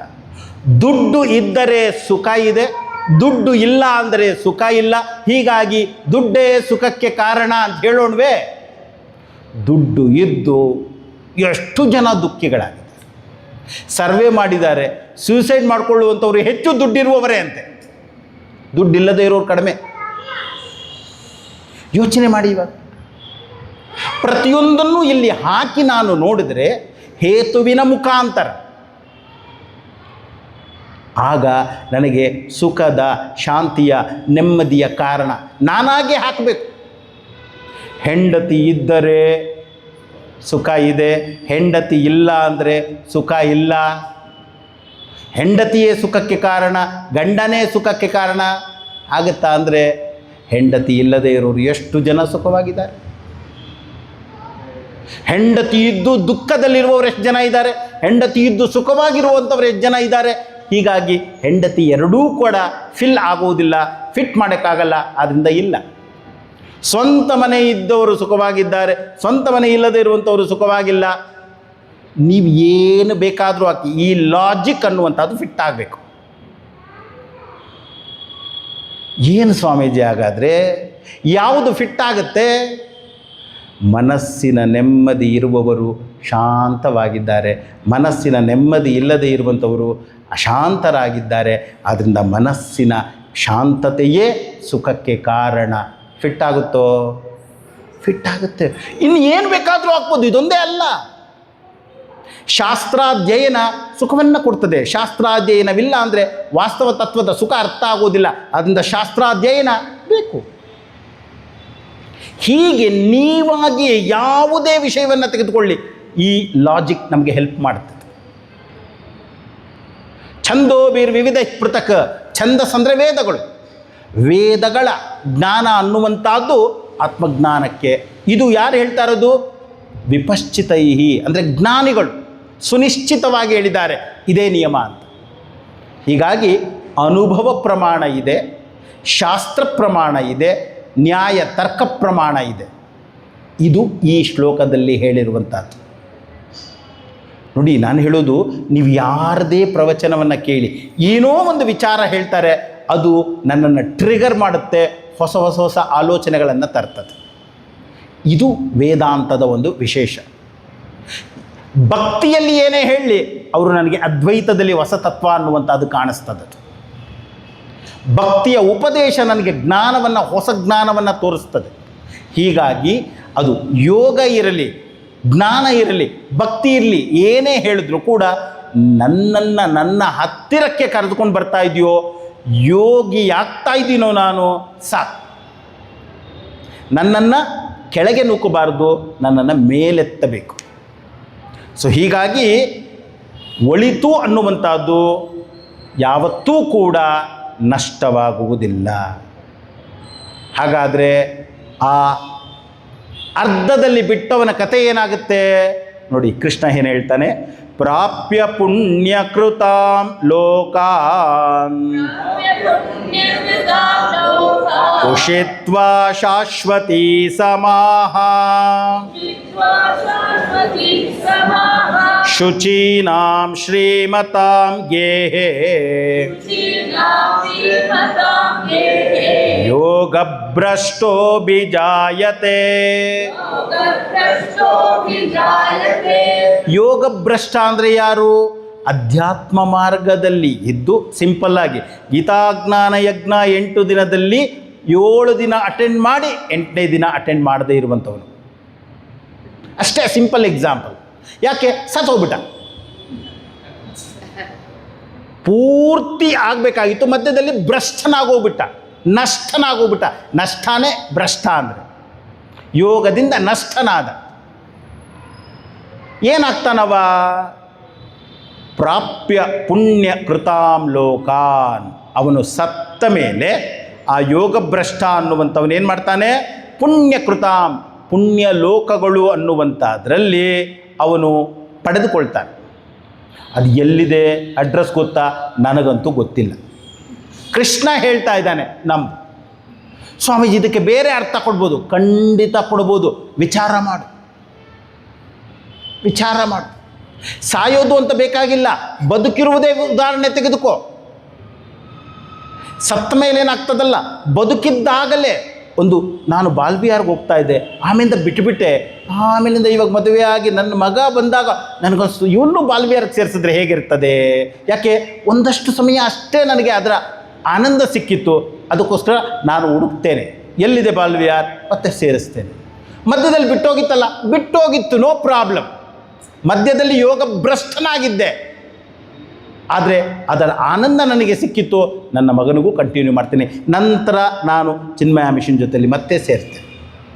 ಮಧ್ಯದಲ್ಲಿ ಯೋಗ ಭ್ರಷ್ಟನಾಗಿದ್ದೆ, ಮತ್ತೆ ಸೇರಿಕೊಂಡೆ. ಇವಾಗ ಯೋಚನೆ ಮಾಡಿ, ಪ್ರಾಪ್ಯ ಪುಣ್ಯ ಕೃತಾನ್ ಲೋಕಾನ್, ಅಥವಾ ಸತ್ತ ಮೇಲೆ ನೀವು ಸ್ವರ್ಗಕ್ಕೆ ಹೋಗ್ತೀರಾ ಅಂದ್ಕೊಳ್ಳಿ.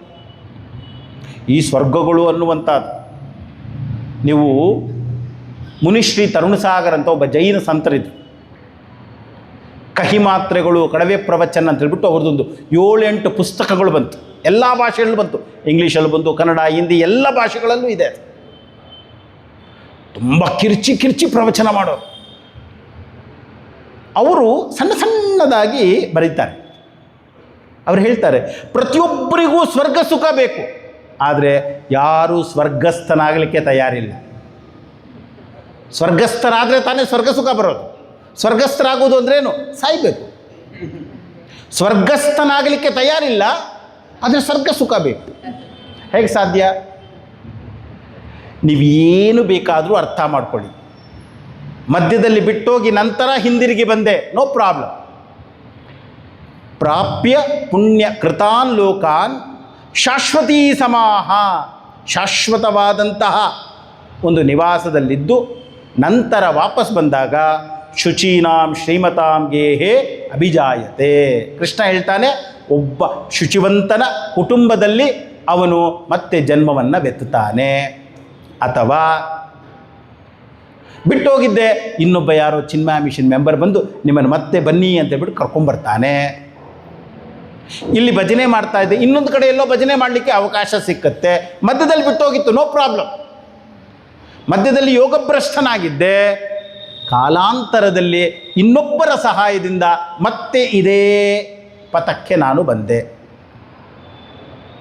ಯೋಗಿನಾಂ ಶ್ರೀಮತಾಂ ಶುಚೀನಾಂ ಶ್ರೀಮತಾಂ ಗೇಹೇ, ಮನೆಯಲ್ಲಿ ಅಂತ ಹೇಳ್ತೀರಿ, ಸಂಸ್ಕಾರವುಳ್ಳಂತಹವರ ಜೊತೆಯಲ್ಲಿ ಮತ್ತೆ ನನಗೆ ಅವಕಾಶ ಸಿಗ್ತದೆ.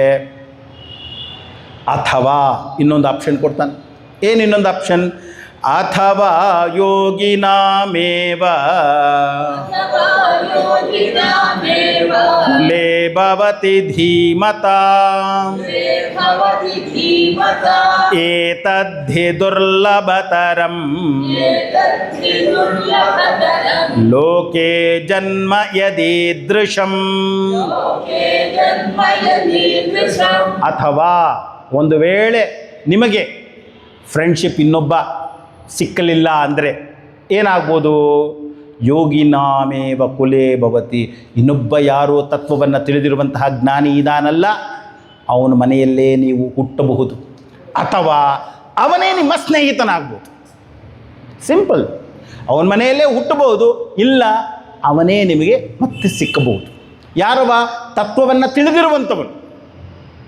ಯೋಚನೆ ಮಾಡಿ, ತತ್ವವನ್ನು ತಿಳಿದಿರುವಂಥವನು ಸ್ನೇಹಿತನ ಮುಖಾಂತರ ತತ್ವವನ್ನು ತಿಳಿದಿರುವನತ್ತಕ್ಕೆ ಹೋಗ್ಬೋದು, ಇಲ್ಲ ಆ ತತ್ವವನ್ನು ತಿಳಿದಿರುವಂಥವನೇ ನಿಮ್ಮ ಸ್ನೇಹಿತನಾಗ್ಬೋದು, ಅವನೇ ನಿಮ್ಮ ನೆಂಟನಾಗ್ಬೋದು, ಅವನೇ ನಿಮ್ಮ ನೈಬರ್ ಆಗ್ಬೋದು. ಆದರೆ ಏತದ್ದೇ ದುರ್ಲಭತರಂ, ಇದು ತುಂಬ ಕಷ್ಟ, ಇಂಥವರು ಸಿಕ್ಕೋದು ತುಂಬ ಕಷ್ಟ. ಈ ರೀತಿಯ ಜೀವನ ಸಿಕ್ಕುವುದು ತುಂಬ ಕಷ್ಟ. ಯಾಕೆಂದರೆ ಎಲ್ಲರೂ ಕೂಡ ಬಾಹ್ಯ ವಿಷಯಗಳತ್ತ ಹೋಗ್ತಾ ಇರಬೇಕಾದ್ರೆ ಯಾರೋ ಕೆಲವರಷ್ಟೇ ಆತ್ಮತತ್ವದತ್ತ. ಹೇಳ್ತಾನಲ್ಲ ಯಮಧರ್ಮರಾಜನ ಚೀಕಿತನಿಗೆ, ಪರಾಂಚಿಕಾನಿ ವ್ಯತೃಣಾ ಸ್ವಯಂಭೂ ತಸ್ಮಾತ್ ಪರಾಂಗ್ ಪಶ್ಯತಿ ನಾಂತರಾತ್ಮನ್ ಕಶ್ಚಿದ್ದೀರ ಪ್ರತ್ಯಗಾತ್ಮಾನಮೈಕ್ಷತ್. ಯಾರೋ ಒಬ್ಬ ತನ್ನ ನಿಜ ಸ್ವರೂಪವನ್ನು ತಿಳಿಯಬೇಕು ಅಂತ ಹೊರಗೆ ಹೋಗದೆ ಒಳಗೆ ಹೋಗುವಂಥ ಅಂಥವನು ಸಿಕ್ಕುವುದು ಬಹಳ ಕಷ್ಟ. ಅಲ್ವಾ? ಯೋಚನೆ ಮಾಡಿ. ನಾನು ಬೆಂಗಳೂರಿನಲ್ಲಿ 1989ಕ್ಕೆ ಬಂದೆ. 1989ಕ್ಕೆ ಓದಲಿಕ್ಕೆ ಅಂತ ಬೆಂಗಳೂರಿಗೆ ಬಂದದ್ದು. ಗುರುದೇವ್ 89ರಿಂದ 93 ತನಕ 4 ವರ್ಷ ಇದ್ದರು. ಬಹುಶಃ ಕನಿಷ್ಠ ಪಕ್ಷ 2 ಸತಿ ಬಂದಿರ್ಬೋದು ಬೆಂಗಳೂರಿಗೆ, 2 ಸತಿ ಬಂದಿರ್ಬೋದು ಅಥವಾ 3 ಸತಿ ಬಂದಿರ್ಬೋದು 89ರಿಂದ. ಆದರೆ ಆಸಕ್ತಿ ಇರಲಿಲ್ಲ. ಆದ್ದರಿಂದ ನನಗೆ ಆ ಕಡೆ ಹೋಗಲಿಕ್ಕೇ ಆಗಲಿಲ್ಲ. ಮತ್ತೆ ಎಲ್ಲೋ ಕೆಲಸಕ್ಕೆ ಸೇರಿದೆ. ಅವ್ರ ಹತ್ರ ದಾಸವಾಣಿ ಕಗ್ಗ ಅಂತ ಒಂದು ಕ್ಯಾಸೆಟ್ ಸಿಕ್ತು. ಅದರಲ್ಲಿ ಸೆಕೆಂಡ್ ಸೈಡ್ ಬರೀ 30 ನಿಮಿಷ ಕಗ್ಗ ಇತ್ತು. ಅದನ್ನು ಎಷ್ಟು ಸತಿ ಕೇಳಿದ್ದೀನಿ ಅಂದರೆ ಸುಮಾರು ಒಂದು 100-200 ಸತಿ, ದಿನಕ್ಕೊಂದು 4 ಸತಿ ಕೇಳ್ತಾಯಿದ್ದೆ. ಸನ್ಮಾನ್ಯ ಡಿ ವಿ ಗುಂಡಪ್ಪನವರು ಬರೆದಿರುವ ಮಂಕುತಿಮ್ಮನ ಕಗ್ಗ, ಕನ್ನಡದ ಭಗವದ್ಗೀತೆ, ಇದರಲ್ಲಿ ಸ್ವಾಮೀಜಿ ಜೊತೆಲಿ ನಾನೇ ಪೂರ್ತಿ ಹೇಳ್ತಾ ಇದ್ದೆ. ಅಷ್ಟು ಕೇಳಿದ್ದೆ. ಯಾಕೆ? ಅರೆ, ನನ್ನ ಬಗ್ಗೆ ಮಾತನಾಡ್ತಾ ಇದ್ದಾರಲ್ಲ ಇವರು, ನನ್ನ ಮನಸ್ಸಿನ ಬಗ್ಗೆ ಮಾತನಾಡ್ತಾ ಇದ್ದಾರಲ್ಲ. ಹಾಗೇ ಬರ್ತಾ ಇರಬೇಕಾದ್ರೆ ಸ್ವಸ್ತಿಕ್ ಬಸ್ ಸ್ಟಾಪಲ್ಲಿ ಒಂದು ಪೋಸ್ಟರ್, ಗೀತಾ ಜ್ಞಾನ ಯಜ್ಞ ಭಗವದ್ಗೀತೆ 18ನೇ ಅಧ್ಯಾಯ, ಶೇಷಾದ್ರಿಪುರಂ ಕಾಲೇಜ್. ಓ, ಅವರೇ ಇರಬೇಕು, ಇವರು ಬ್ರಹ್ಮಾನಂದರು, ಅಲ್ಲೂ ಬ್ರಹ್ಮಾನಂದ ಇತ್ತು. May 13, 1995 ಒಳಗೆ ಹೋದೆ. ದೊರೈ ಹಿಡ್ಕೊಂಡ್ಬಿಟ್ಟಿತ್ತು. ದೊರೈ ಮತ್ತು ಕೌಶಿಕ್, ಓ ಏನು ಇಲ್ಲಿ ಬಂದದ್ದು? ಯಾಕಂದರೆ ಯಜ್ಞಕ್ಕೆ ಬರೋದು ಯಾರು? ಎಲ್ಲ ಸ್ವಲ್ಪ 60+ ಇರೋರು. ಇವಾಗ ಹುಡುಗ ಬಂದಲ್ಲ, ಯುವ ಕೇಂದ್ರ ಅಂತಿದೆ, ನೆಕ್ಸ್ಟ್ ಯುವ ಕೇಂದ್ರ, ನೆಕ್ಸ್ಟ್ ಯೂತ್ ಮೀಟ್. ಹಾಗೆ ಒಂದು ವರ್ಷ ಆದಮೇಲಿಂದ 96 February I was in Vedanta course. ಹಾಗೆ ಗೊತ್ತಿಲ್ಲ. ಅದನ್ನೇ ಹೇಳ್ತಾ ಇರೋದು, ಯೋಗಿನಾಮೇವ ಕುಲೆ ಅಂದರೆ ಆ ಯೋಗದಲ್ಲಿ ಇರುವವರ ಸಂಘ ಸಿಕ್ಕಬಹುದು. ಹೇಗೆ ಬರ್ತೀವಿ ನಮಗೆ ಗೊತ್ತಿರಲ್ಲ. ಹೀಗಾಗಿ ಮುಂದೆ ಹೇಳ್ತಾನೆ, ಸೆಳೆಯಲ್ಪಡ್ತಾನೆ ಅಂತ. ಆಟೋಮೆಟಿಕ್ಕಾಗಿ ಆ ಕಡೆಗೆ ಯೋಚನೆ ಮಾಡಿ ಇವಾಗ. ಹೀಗಾಗಿ ಏತದ್ದಿ ದುರ್ಲಭತರಂ, ಹಿಂದಿನ ಜನ್ಮ ಇತ್ತೋ ಮುಂದಿನ ಜನ್ಮ ಇದೆಯೋ ಗೊತ್ತಿಲ್ಲ. ಬಟ್ ಆ ಒಲವು ಇದ್ದರೆ ಆ ಕಡೆಗೆ ಸೆಳೆಯಲ್ಪಡ್ತು. ಲೋಕೆ ಜನ್ಮ ಅಂದ್ರೇನು? ಈ ರೀತಿಯ ಆಸಕ್ತಿ ಅನ್ನುವಂಥದ್ದು ಬಂದುಬಿಡ್ತದೆ. ಎಲ್ರಿಗೂ ಯಾಕೆ ಬರಲ್ಲ ಗೊತ್ತಿಲ್ಲ. ಕೆಲವ್ರಿಗಷ್ಟೇ ಯಾಕೆ ಬರ್ತದೆ ಅದಕ್ಕೂ ಗೊತ್ತಿಲ್ಲ. ಹೀಗಾಗಿ ಕೃಷ್ಣ ಹೇಳುವುದೇನು? ಆ ಒಂದು ಆಸಕ್ತಿ ಅನ್ನುವಂಥದ್ದು ಸೆಳೀತದೆ. ಆದರೆ ಅಂತಹವರ ಸಂಘ ಸಿಕ್ಕುವುದು ಬಹಳ ಕಷ್ಟ. ಏತದ್ದಿ ದುರ್ಲಭತರಂ. ಎಷ್ಟೊಂದು ಜನ ಇದ್ದಾರೆ, ಸಿಕ್ಕಲ್ಲ. ಇನ್ನೂ ಎಷ್ಟೋ ಜನರು ನಾನು ಕತೆ ಕೇಳಿದ್ದೀನಿ. ಯಾರು ನನ್ನನ್ನು ಇಂಟ್ರೊಡ್ಯೂಸ್ ಮಾಡಿದ್ರು ಅವ್ರು ಹೇಳೋದು, ಅವರೇ ಬರ್ತಾ ಇಲ್ಲ ಸ್ವಾಮೀಜಿ, ನಾನು ಇವಾಗ ಸ್ಟಿಕಾನ್ ಆಗೋಗ್ಬಿಟ್ಟಿದ್ದೀನಿ. They have left but I am there. ಯಾಕೆ? ಅವ್ರಿಗಷ್ಟೇ ಇದ್ದದ್ದು, ಬಟ್ ನಾನು ಹೆಚ್ಚಿನ ಲಾಭವನ್ನು ಪಡೆದುಕೊಂಡೆ. ಹೀಗಾಗಿ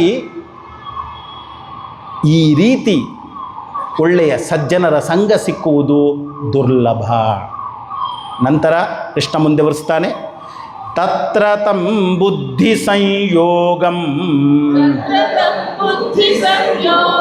ಲಭತೆ ಪೌರ್ವದೇಹಿಕಂ ಯತತೆ ಚ ತತೋ ಭೂಯಃ ಸಂಸಿದ್ಧೌ ಕುರು ನಂದನ. ಆ ಬುದ್ಧಿ ಸಂಯೋಗದಿಂದ ಹಿಂದೆ ಯಾವುದೋ ಒಂದು ಅಟ್ರಾಕ್ಷನ್ ಏನಿತ್ತೋ ಗೊತ್ತಿಲ್ಲ ನಮಗೆ. ಯಾಕೆ ಹೀಗೆ ಬಂದ್ವಿ ಗೊತ್ತಿಲ್ಲ, ಬಟ್ ಬಂದ್ವಿ.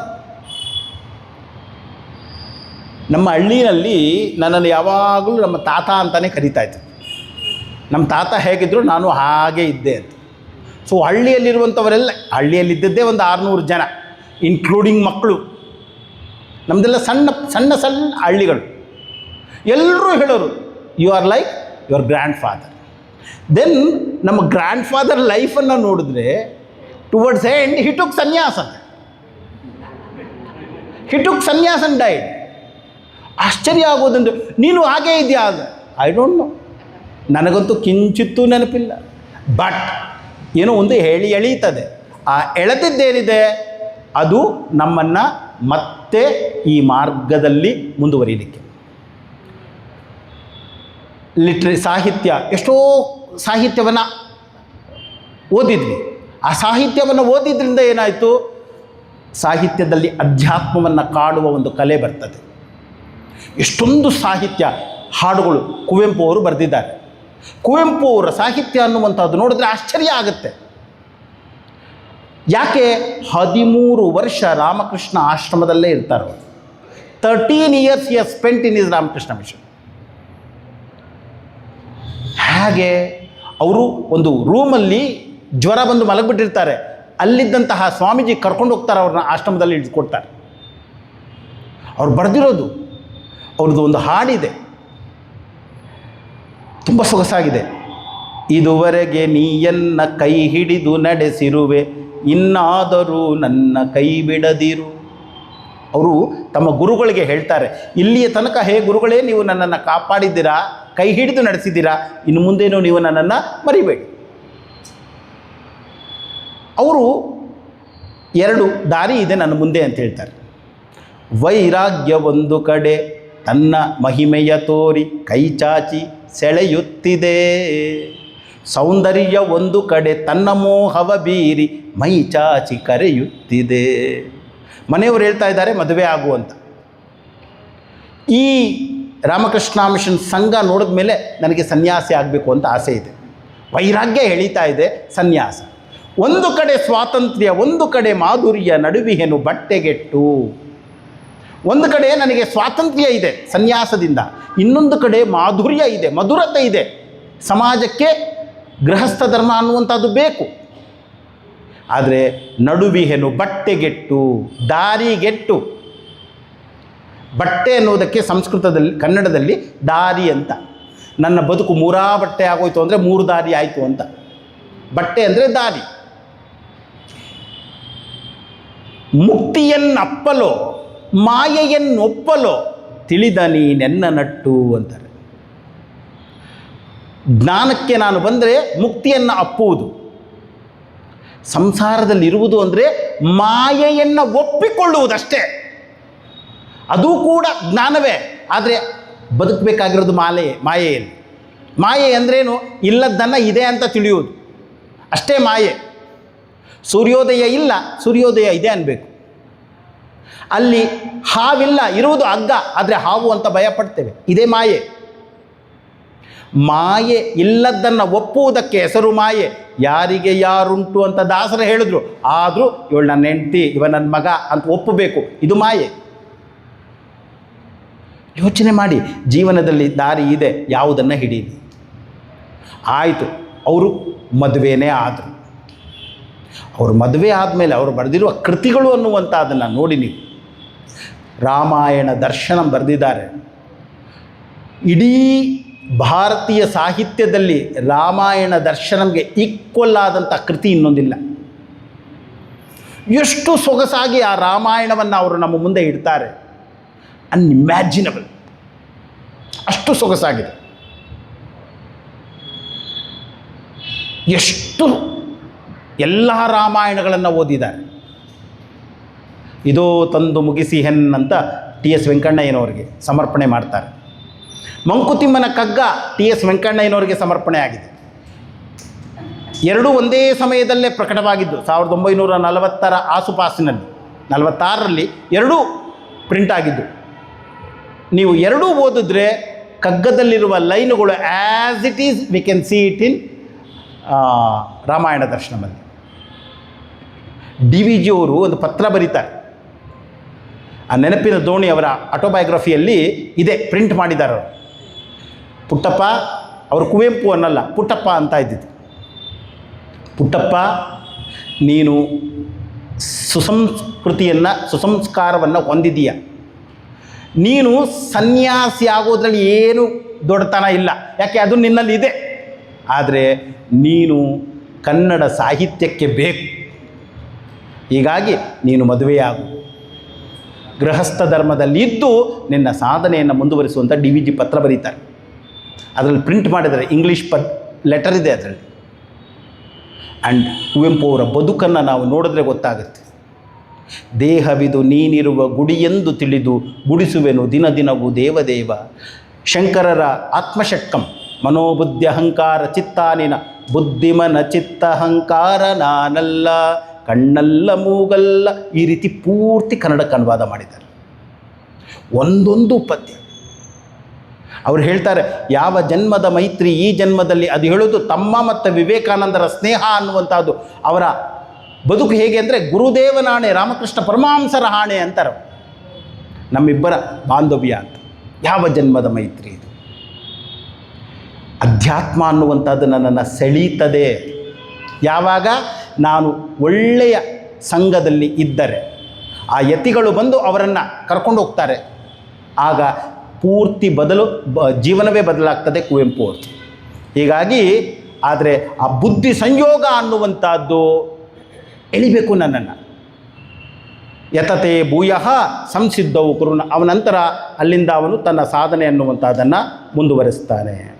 ನಂತರ ಅದೇ ವಿಚಾರ, ಪೂರ್ವಾಭ್ಯಾಸೇನ ತೇನೈವ ಕ್ರಿಯತೆ ಹ್ಯವಶೋಪಿ ಸಹ ಜಿಜ್ಞಾಸುರಪಿ ಯೋಗಸ್ಯ ಶಬ್ದ ಬ್ರಹ್ಮಾತಿ ವರ್ತತೆ. ಅವನು ಇದೇ ಪ್ರಪಂಚದಲ್ಲಿ ಬದುಕ್ತಾ ಇದ್ದರೂ ಕೂಡ ಆ ಯೋಗ ಭ್ರಷ್ಟ. ತನ್ನ ಒಂದು ಪೂರ್ವದ ಅಭ್ಯಾಸದ ಬಲದಿಂದಾಗಿ, ನೀವು ಪೂರ್ವಜನ್ಮ ಅಂದುಕೊಳ್ಳಿ ಅಥವಾ ಇಲ್ಲೇ ಆ ಹಿಂದಿನ ಅಭ್ಯಾಸದ ಕಾರಣದಿಂದಾಗಿ ಕ್ರಿಯತೆ ಸೆಳೆಯಲ್ಪಡ್ತಾನೆ ಆ ಹಿಂದಿನ ಮಾರ್ಗಕ್ಕೆ. ಹಾಗಾಗಿ ಅವನೇನು ಮಾಡ್ತಾನೆ, ಶಬ್ದ ಬ್ರಹ್ಮವನ್ನು, ತಾನಿರುವಂತಹ ಕರ್ಮಮಯ ಪ್ರಪಂಚ ಅನ್ನುವಂಥದ್ದನ್ನು ದಾಟ್ತಾನೆ. ಏನೆಲ್ಲ ವೇದೋಕ್ತ ಕರ್ಮಗಳು ಅನ್ನುವಂಥದ್ದಿದೆ ಅದನ್ನು ಶಬ್ದ ಬ್ರಹ್ಮ ಅಂತ ಕರಿತೇವೆ. ಅದನ್ನು ಮೀರಿ ಅವ ಅಧ್ಯಾತ್ಮದತ್ತ ಬರ್ತಾನೆ, ಆತ್ಮ ಸಂಸ್ಕಾರವನ್ನು ಮಾಡಿಕೊಳ್ತಾನೆ, ಜಿಜ್ಞಾಸುವಾಗ್ತಾನೆ. ಇದು ಬರಬೇಕಾದ್ರೆ ಏನು ಮಾಡಬೇಕು? ನಂತರ ಹೇಳ್ತಾರೆ, ಪ್ರಯತ್ನಾತ್ಯತಮಾನಸ್ತು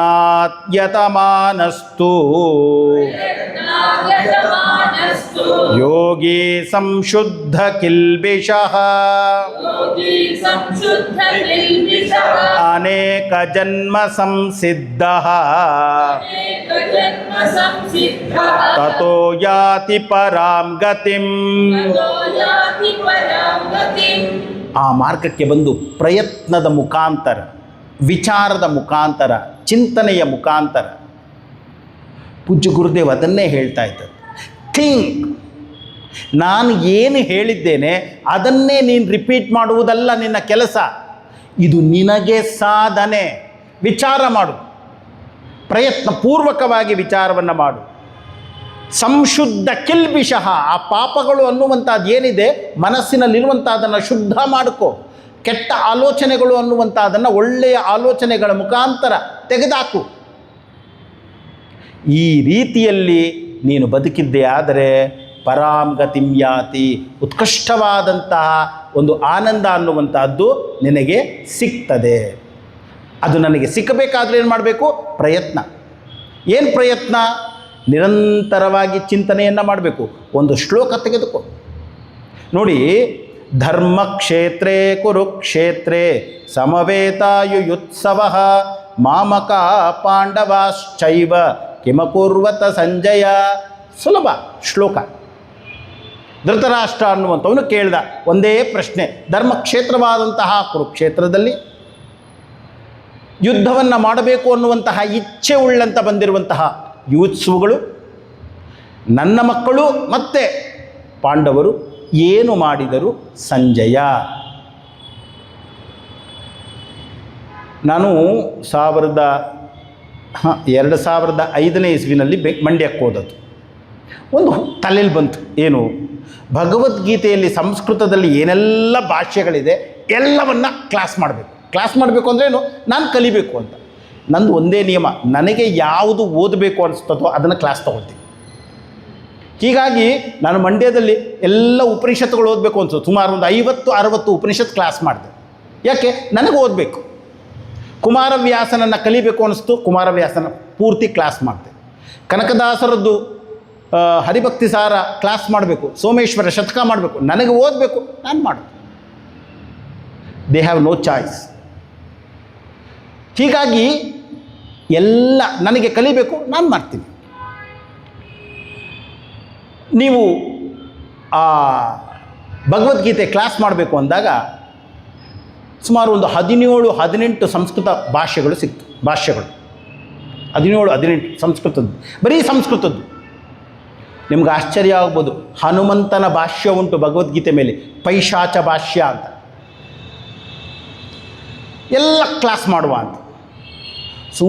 ದಿನ 1 ಗಂಟೆ ಕ್ಲಾಸ್, 6ರಿಂದ 7 ಗಂಟೆ ತನಕ, 6 ದಿನ ವಾರದಲ್ಲಿ. ಸುಮಾರು ಒಂದು 8-10 ತಿಂಗಳು ಕ್ಲಾಸ್ ಮಾಡಿದೆ. 25 ಶ್ಲೋಕ ಆಗಲಿಲ್ಲ ಫಸ್ಟ್ ಚಾಪ್ಟರ್, 25 ಶ್ಲೋಕ ಆಗಲಿಲ್ಲ. ಅವ್ರು ಹೇಳಿದ್ರು, ಸ್ವಾಮೀಜಿ ಜಾಸ್ತಿ ಆಯ್ತು ಇದು ಅಂತ. ನನಗೂ ಅನ್ನಿಸ್ತು, ಬಿಡಿ ಅಂತ ಬಿಟ್ವಿ. ಬಟ್ ಧರ್ಮಕ್ಷೇತ್ರ ಕುರುಕ್ಷೇತ್ರಕ್ಕೆ ಎಷ್ಟು ಜನ ವ್ಯಾಖ್ಯಾನ ಬರೆದಿದ್ದಾರೆ, ಯು ಕಾಂಟ್ ಇಮ್ಯಾಜಿನ್. ಧರ್ಮಕ್ಷೇತ್ರ ಕುರುಕ್ಷೇತ್ರ ಕೃಷ್ಣನ ವರ್ಣನೆ ಅಂತ ವ್ಯಾಖ್ಯಾನ ಉಂಟು. ವೆಂಕಟಗಿರಿ ಅನ್ನುವಂಥವರು ಬ್ರಹ್ಮಾನಂದ ಅಂತ ಟೀಕೆ ಬರೆದಿದ್ದಾರೆ ಭಗವದ್ಗೀತೆ ಮೇಲೆ.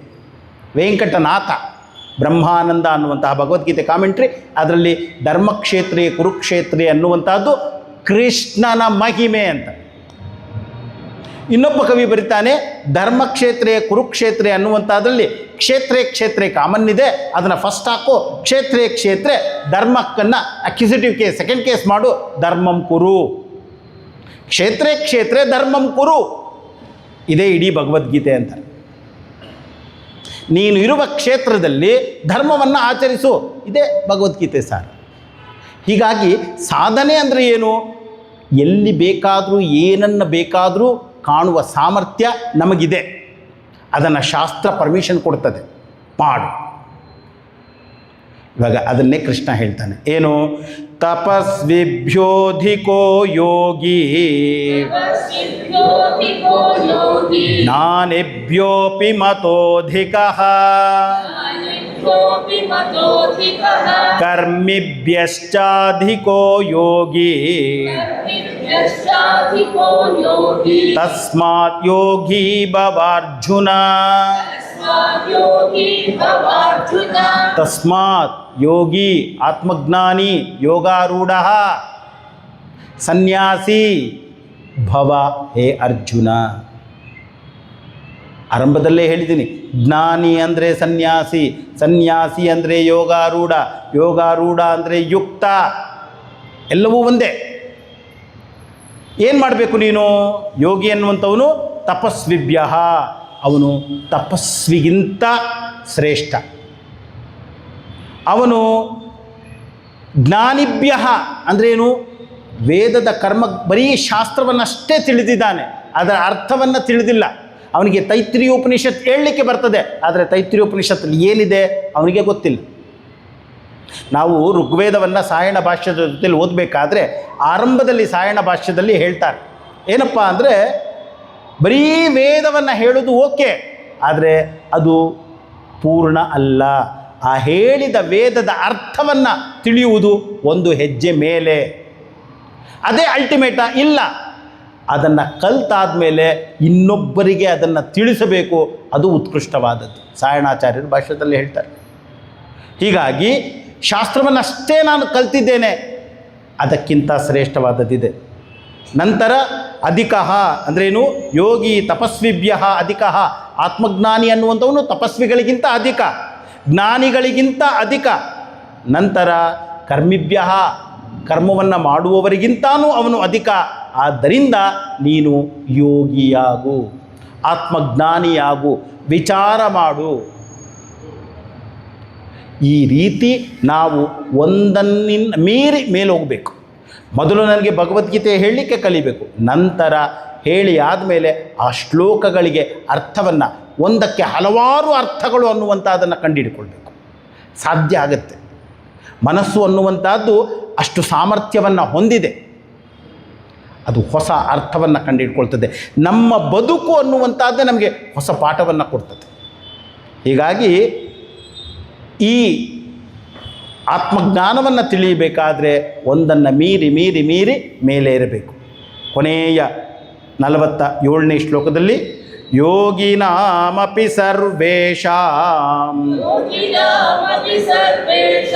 ಮದ್ಗತೇನಾಂತರಾತ್ಮನ ಶ್ರದ್ಧಾವಾನ್ ಭಜತೆ ಯೋ ಮಾಂ ಸಮೇ ಯುಕ್ತತಮೋ ಮತಃ. ಎಲ್ಲ ಯೋಗಿಗಳಲ್ಲಿ, ಯೋಗಿ ಅಂದರೆ ಯಾರು? ಆತ್ಮಜ್ಞಾನಿ. ತಪಸ್ವಿಗಳಿಗಿಂತ ಶ್ರೇಷ್ಠವ, ಬರೀ ಕೇವಲ ಶಾಸ್ತ್ರಜ್ಞಾನವನ್ನು ತಿಳಿದಿರೋರಿಗಿಂತ ಶ್ರೇಷ್ಠವ, ಕರ್ಮಿಗಳಿಗಿಂತ ಶ್ರೇಷ್ಠವ.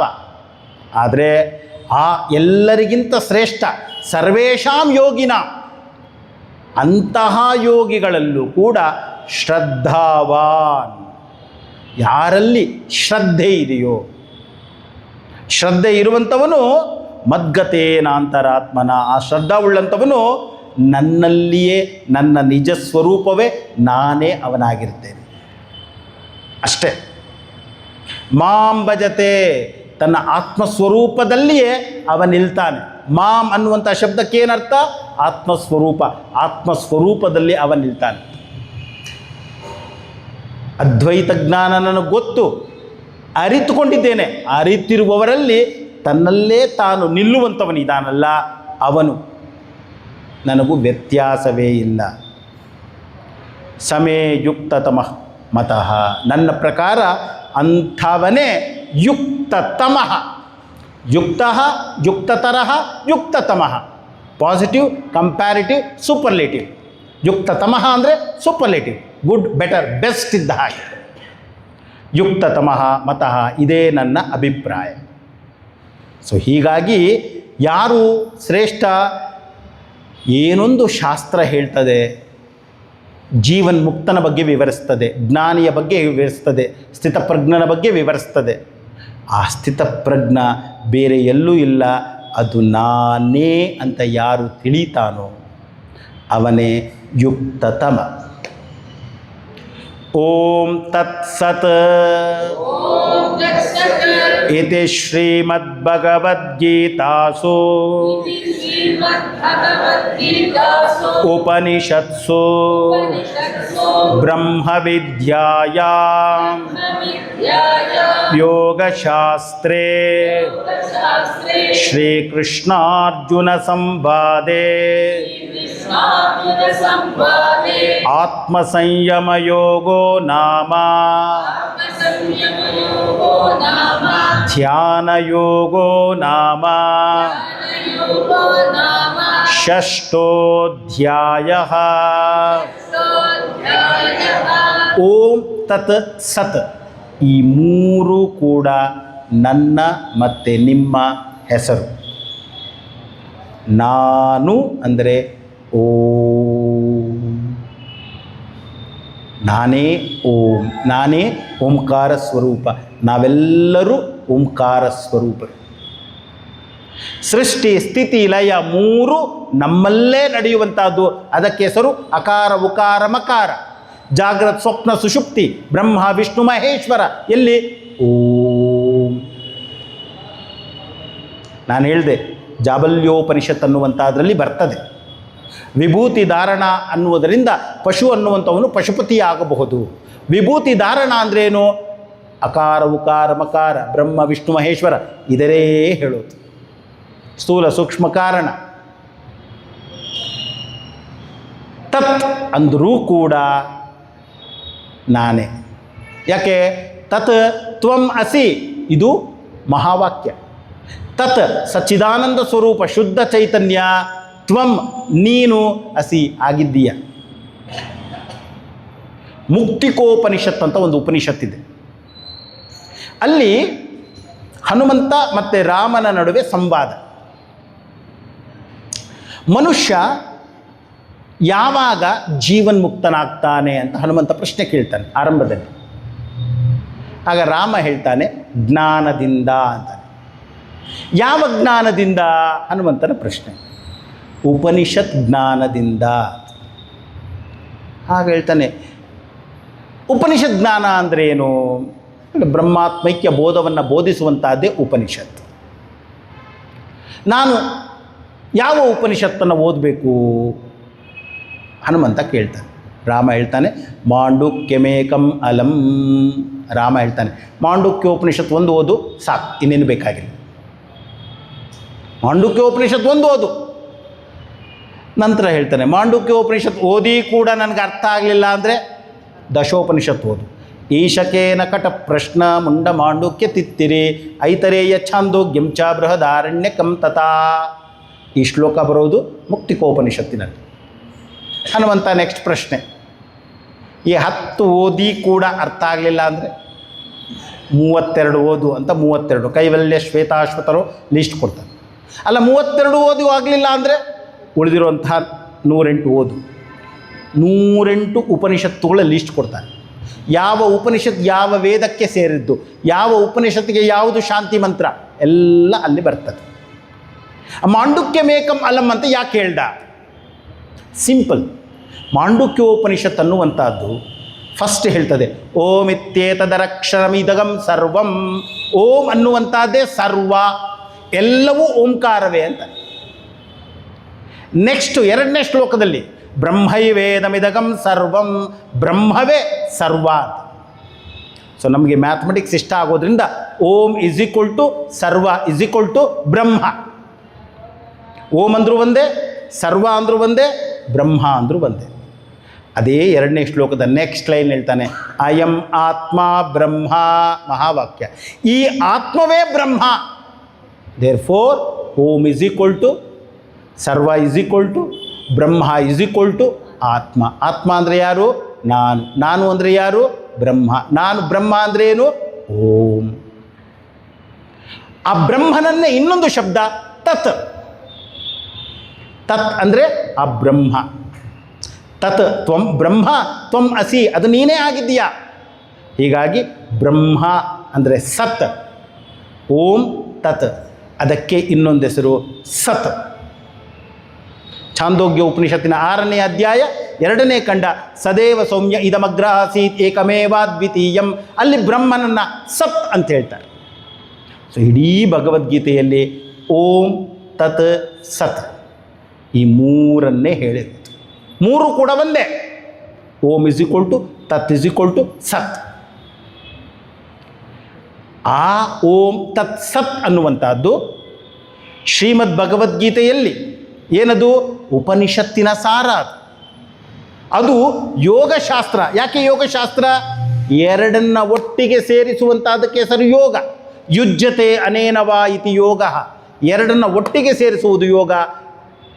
ನಾನು ನನ್ನನ್ನು ದೇಹ ಅಂತ ತಿಳಿದಿದ್ದೆ, ನಾನು ದೇಹ ಅಲ್ಲ, ನಾನು ಸಚ್ಚಿದಾನಂದ ಸ್ವರೂಪ ಶುದ್ಧ ಚೈತನ್ಯ, ದೇಹ ಅಲ್ಲ ಅಂತ ಒಟ್ಟಿಗೆ ಸೇರಿಸಿದ್ರಿಂದ ಇದು ಯೋಗಶಾಸ್ತ್ರ, ಬ್ರಹ್ಮವಿದ್ಯೆ. ಇದು ಶ್ರೀಕೃಷ್ಣಾರ್ಜುನರ ಸಂವಾದದ ರೂಪದಲ್ಲಿ ಬಂದಿದೆ.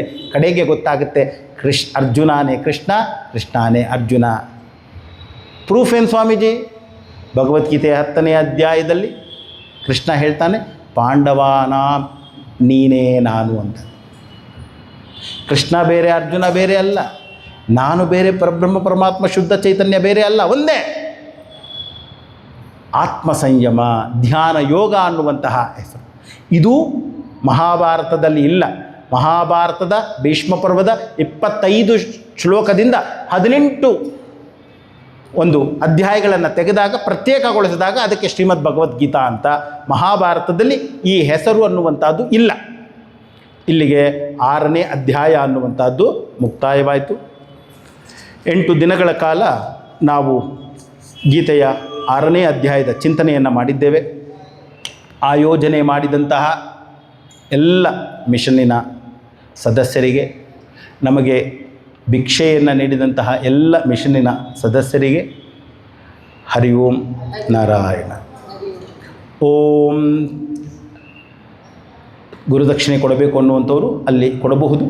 ಆನ್ಲೈನಲ್ಲೂ ಕೂಡ ಯೂಟ್ಯೂಬ್ ಕೆಳಗಡೆ ಒಂದು ಡಿಸ್ಕ್ರಿಪ್ಷನಲ್ಲಿ ಬರ್ತದೆ, ಒಂದು ಲಿಂಕ್ ಇರ್ತದೆ. ಆ ಲಿಂಕನ್ನು ನೀವು ಪ್ರೆಸ್ ಮಾಡಿದ್ದೇ ಆದರೆ ಅದು ಡೈರೆಕ್ಟಾಗಿ ವೆಬ್ಸೈಟ್ಗೆ ಕರ್ಕೊಂಡೋಗುತ್ತೆ. ಅಲ್ಲಿ ಆನ್ಲೈನ್ ಪೇಮೆಂಟ್ ಅನ್ನುವಂಥದ್ದನ್ನು ಕೂಡ ಮಾಡ್ಬೋದು. ಓಂ ಸರ್ವೇ ಭವಂತು ಸುಖಿನಃ, ಸರ್ವೇ ಸಂತು ನಿರಾಮಯಾಃ, ಸರ್ವೇ ಭದ್ರಾಣಿ ಪಶ್ಯಂತು, ಮಾ ಕಶ್ಚಿತ್ ದುಃಖ ಭಾಗ್ ಭವೇತ್. ಓಂ ಶಾಂತಿ ಶಾಂತಿ ಶಾಂತಿ. ಹರಿ ಓಂ. ಶ್ರೀ ಗುರುಭ್ಯೋ ನಮಃ. ಹರಿ ಓಂ.